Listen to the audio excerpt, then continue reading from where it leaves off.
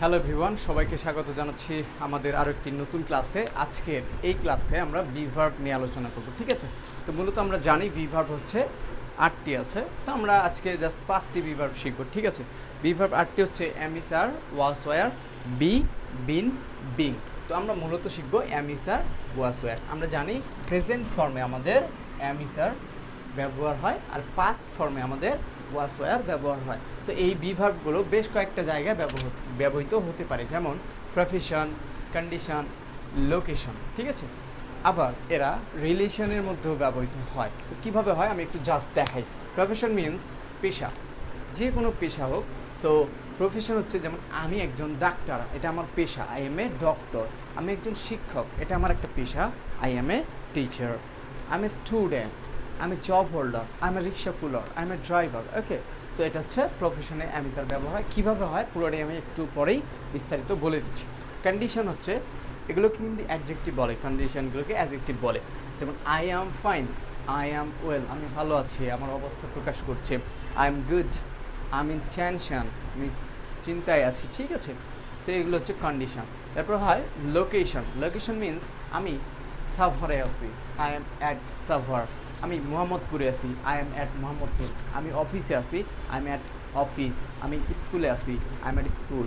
আমি ঢাকায় আছি, আই এম ইন ঢাকা। কেন ইন, কেন at? In Dhaka means Dhaka একটা বড় জায়গা, বড় জায়গার সামনে আমাদেরকে ইন বসাইতে হয়, আর ছোট জায়গার সামনে আমরা অ্যাট বসাই, কারণ সাভার হচ্ছে ঢাকার মধ্যে একটা জায়গা, ঠিক আছে? তো সাভারের মধ্যে যদি আমরা কোনো একটা জায়গার কথা বলি, যেমন পল্লী বিদ্যুৎ, তাহলে বলবো অ্যাট পল্লী বিদ্যুৎ ইন সাভার। সো এই বিষয়টা বোঝার আগে প্রথমে আমরা যেমন বলি যে আই অ্যাম এ ডক্টর, ঠিক আছে? তো আমরা তো এখানে বিভার্বগুলো ইউজ করব।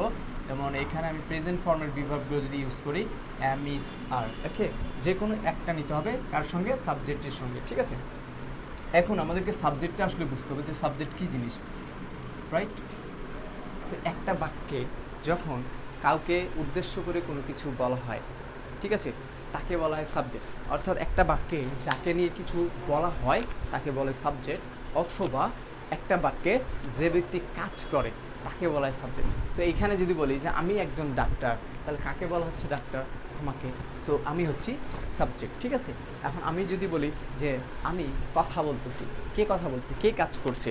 আমি কাজ করছি। সো এখানে হচ্ছে আমি সাবজেক্ট, ঠিক আছে? তাহলে সাবজেক্ট কাকে বলে? সাবজেক্ট হচ্ছে যে ব্যক্তি বা বস্তু কাজ করে একটা বাক্যে, অথবা একটা বাক্যে যাকে নিয়ে কিছু বলা হয় তাকে বলা হয় সাবজেক্ট, ঠিক আছে? তো সাবজেক্ট অনেক আছে, প্রত্যেকটা জিনিসে এক একটা subject. This is a subject, this is a subject and also this is a subject, ঠিক আছে? বাট আমরা মূলত বলবো সাবজেক্ট বেশ কয়েকটা, আই, উই, বেশ কয়েকটা বলতে এগুলো সবচেয়ে বেশি ব্যবহৃত হওয়া সাবজেক্টগুলোকে আমরা আজকে শিখবো। I, we, you. You singular হতে পারে অথবা প্লুরাল হতে পারে। দেন হচ্ছে they, দেন হচ্ছে হি অর শি, দেন ইট, দেন যে কোনো একটা নেম, ওকে?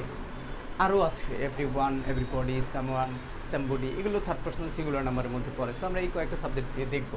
সো বেসিক্যালি এমিসার সবার সাথে তিনটেই বসতে পারে না, একটা করে বসবে সাবজেক্ট অনুযায়ী। আমরা জানি হচ্ছে আই এর সাথে এম বসে, এটা পিডিএফ আমি পূর্ববর্তী ক্লাসে হয়তো আপনাদেরকে দিয়েছিলাম, কাইন্ডলি চেক করে নেবেন। আই এর সাথে কে বসে? এম বসে। উইর সাথে বসে আর, ইউ এর সাথে বসে আর, এটা একদম ফিক্সড। সাবজেক্ট অ্যান্ড বি-ভার্বের রিলেশনটা একবার ফিক্সড, এটা কখনো চেঞ্জ হয় না। দের সাথে বসে আর, এক কথায় আই এর সাথে এম বসে, প্লুরালের সাথে দে বসে, আর যারা সিঙ্গুলার আছে তাদের সাথে ইজ বসে, ওকে? তাদের সাথে ইজ বসে। এইখান থেকে আমরা বুঝতে পারি যে কার সাথে কি বসবে, ঠিক আছে? এখন আমি যদি বাক্য তৈরি করি, আমি আমার প্রফেশন কাউকে বলতে চাই বা কারো প্রফেশন কাউকে বলতে চাই, তাহলে আমাকে স্ট্রাকচারটা ফলো করতে হবে। যদি আপনার মাথায় আসে যে আমি কাউকে আমার প্রফেশন বলছি, তাহলে আমাকে স্ট্রাকচার দিয়ে করতে হবে, ঠিক আছে? তাহলে আমরা বলবো আমি একজন ডাক্তার, আই অ্যাম আ ডক্টর। তুমি একজন ডাক্তার, ইউ আর আ ডক্টর। আমি একজন শিক্ষক, আই অ্যাম এ টিচার। তুমি একজন শিক্ষক, ইউ আর এ টিচার। সে একজন শিক্ষক, হি ইজ এ টিচার, ওকে? এখন আপনারা আমাকে বলেন তো যে সে একজন ছাত্র, এর ইংরেজি কী হবে? অবশ্যই লিখে জানাবেন। আপনারা ভিডিওটা দেখছেন কিনা আমি এখান থেকে বুঝতে পারবো। সে একজন ছাত্র, এটার ইংরেজি কী হবে? আমি একজন ছাত্র, এটার ইংরেজি কী হবে? অ্যান্ড তুমি একজন ছাত্র, এটার ইংরেজি কী হবে, ঠিক আছে? সেকেন্ডলি হচ্ছে কন্ডিশন, কন্ডিশনের ক্ষেত্রেও সেম, আমি ভালো আছি, আই অ্যাম ফাইন, তুমি ভালো আছো, ইউ আর ফাইন, সে ভালো আছে, হি ইজ ফাইন। একই ক্ষেত্রে লোকেশনের দিকেও সেম, ঠিক আছে? সেভাবে আমরা সেন্টেন্স মেক করব। এখন কথা হচ্ছে যে আমি একজন ডাক্তার, আমি যদি কাউকে প্রশ্ন করি যে আমি কি একজন ডাক্তার, কিভাবে প্রশ্ন করব? তখন আমাদেরকে কি করতে হবে, এই যে ভার্বগুলো আছে এগুলোকে সামনে বসায় দিলে আমাদের কোশ্চেন হয়ে যাবে, প্রশ্ন হয়ে যাবে।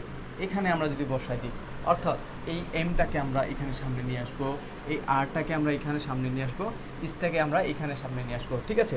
তাহলে আমাদের প্রশ্ন হয়ে যাবে। আমি এটা মুছে দিচ্ছি। এখন আমি যদি কাউকে বলি যে আমি কি একজন ডাক্তার, তাহলে আমি বলবো যে অ্যাম আই আ ডক্টর। আমি যদি বলি আমি কি ভালো আছি, তাহলে বলবো অ্যাম আই ফাইন। আমি যদি বলি আমি কি ঢাকায় আছি, অ্যাম আই ইন ঢাকা। ঠিক আছে, বোঝা গেছে? তো প্রশ্ন করার সময় এই ভি ভার্বগুলোকে সামনে নিয়ে আসবো। আমি যদি বলি তুমি কি ঢাকায় আছো, ইংরেজি কী হবে? সে কি একজন ছাত্র, ইংরেজি কী হবে? আমি যদি বলি যে সে কি ভালো আছে, ইংরেজি কী হবে? তো প্রশ্ন করার সময় কি করব, ভি ভার্বটাকে আমরা সামনে নিয়ে আসব। এখন আমি যদি বলি যে না আমি ভালো নাই, ঠিক আছে, আমি এটা একটু মুছে দিচ্ছি, আপনারা পরে চেক করে নেবেন, খাতায় নোট করে নেবেন, ঠিক আছে? আমি যদি বলি আই এর সাথে কে বসে, অ্যাম, উইর সাথে কে বসে, আর, এর সাথে কে বসে, ইজ। ওকে, আমি যদি বলি আমি ভালো নাই, সেক্ষেত্রে আমি বলবো এইখানে আমরা একটা নট যুক্ত করব। কার সাথে যেমন নট যুক্ত করব, ভি ভার্বের সাথে নট যুক্ত করব। তাহলে কি হবে, আমি ভালো নাই, আই অ্যাম নট ফাইন। আমি ডাক্তার না, I am not a doctor. আমি ঢাকায় নাই, I am not in Dhaka. So am are not এটাকে আমরা কন্ট্রাকশন করতে পারি, ঠিক আছে? এম প্লাস নট এটাকে আমরা বলবো এইন্ট, এইন্ট, এই ইন্ট, ঠিক আছে? আর প্লাস নট আমরা বলবো আর্নড, ইজ প্লাস নট আমরা বলবো ইজেন্ট। ওকে,